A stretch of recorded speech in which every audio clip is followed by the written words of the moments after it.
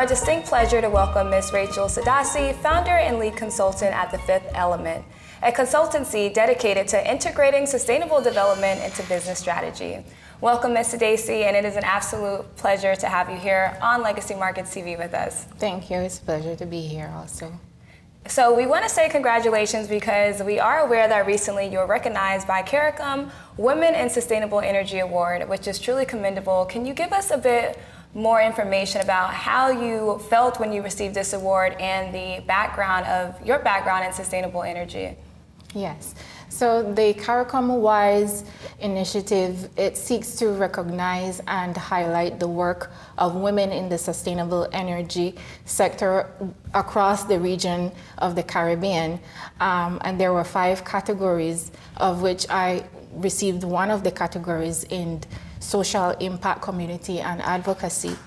I was initially exposed to the energy sector through a contract I had with an international consulting company funded by the European Union to support the government of Belize with its energy initiatives, the transitioning into a more sustainable economy. And so that work had been very rewarding because I've ever only worked in areas that I am passionate about. And I've been personally advocating for sustainable living since 2019. I live in an area where it's not connected to the national grid. So I too have to live on a solar system for my daily energy needs. I have a biogas digester that converts my waste material into cooking gas and into fertilizing material. So everything that I promote, that I communicate, is what I personally live and advocate for. And going back to your question of the journey and how I felt about the award, the exposure that I got with this project, the LAIT UP BELIZE project, it's called, based in Belmopan. The team leader has been a tremendous mentor in terms of giving exposure to the regional stakeholders in the energy sector, like the Caribbean Center for Renewable Energy and Energy Efficiencies. And it was one of the employees from the ministry of which I collaborate with on a regular basis. Kayla Gabriel, she prompted the nomination last year, November, and I was quite surprised to get the notification earlier this year. So I will be attending the Caribbean Renewable Energy Forum next month. It's Earth Day. Yes. At the end of April, to receive that award in person. So yes, I'm very excited about it. As you definitely should be, and on behalf of Belize, congratulations once more. So everyone knows that in April is the time where everyone celebrates Mother Earth. We advocate for climate change, but right now we're still in March, and it is Women's Month in March. So all month we want to acknowledge and celebrate the contributions of women. You are a woman in a male-dominated industry, and I want to know more, and I'm sure our viewers want to know more about what that experience is like and women's contribution within. Yeah. Well, I need to make one disclaimer before I answer your question. I'm not a technical expert in sustainable energy. What I do is offer valuable support services to the sector because of my professional experience and my own personal ethos that I have lived. So I offer valuable services, and in that regard, I can answer your question. Yes. Women is increasingly taking up more important roles in the energy sector, especially here in Belize. And I'm talking about the technical roles that are traditionally male-dominated, as you said. Ms. Kay Menzies is one of them, one of the leaders in the energy sector that often she promotes leadership in her company, it's Fortis Belize, where she's the president. And I'm mentioning her because she was also the first female president for Fortis Belize Limited. And they have a female technician, maintenance and operation for the first time in the company. She often promotes this, and also there are women in Belize Electricity Limited, Sheena Simpson. I don't know if you've heard of her, because we had an award recognition for 5 women in 2022 where I supported that also.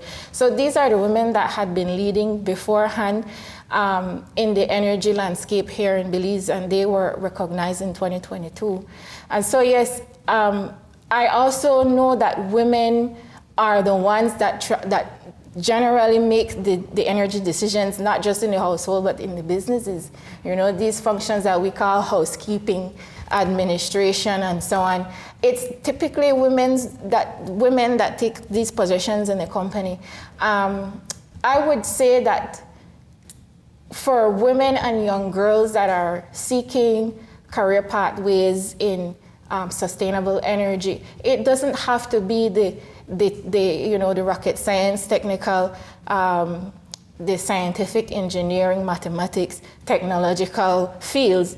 The everyday layman professions like creative arts, like communication, like architecture, law.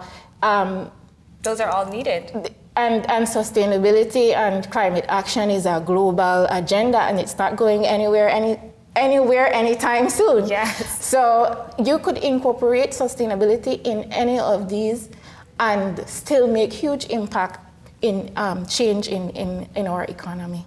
I completely agree. And we mentioned climate change, and now it's really affecting all of the nations, specifically small coastal communities such as Belize. So I do want to talk more about your LAIT UP BELIZE project. You mentioned it previously, but can you inform our viewers exactly what the project is, the duration of the project, and what you hope to achieve with it? Absolutely. So the project, as I said, provides capacity building in the energy sector, and 3 of the objectives that we were able, in line with the business communities and so on, is number 1, the energy policy. And that's very important because that's the thing that governs the entire country in how we're going to go about this green economy, circular economy approach to doing things. And so the energy policy that we supported the development for the government of Belize, it focuses on a better energy governance structure, better regulatory systems in place, and agencies that would help to push the national determined contributions, the NDCs, across the energy sector in a more cohesive and consistent way. Because right now everybody is operating in silos. And so it's being unified.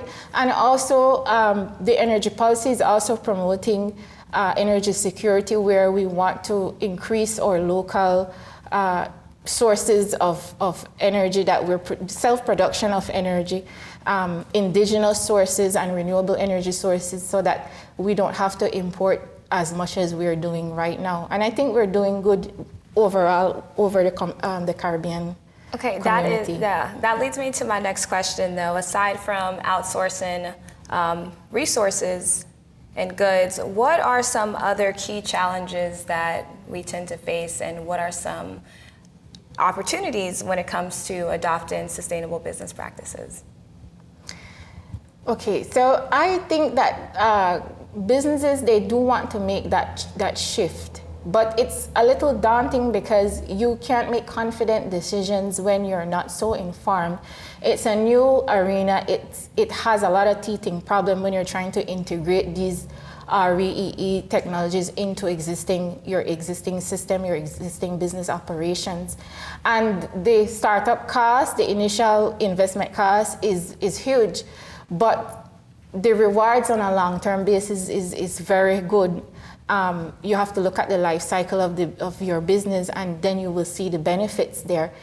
The key is being informed, and having information helps you to be more confident about making these decisions.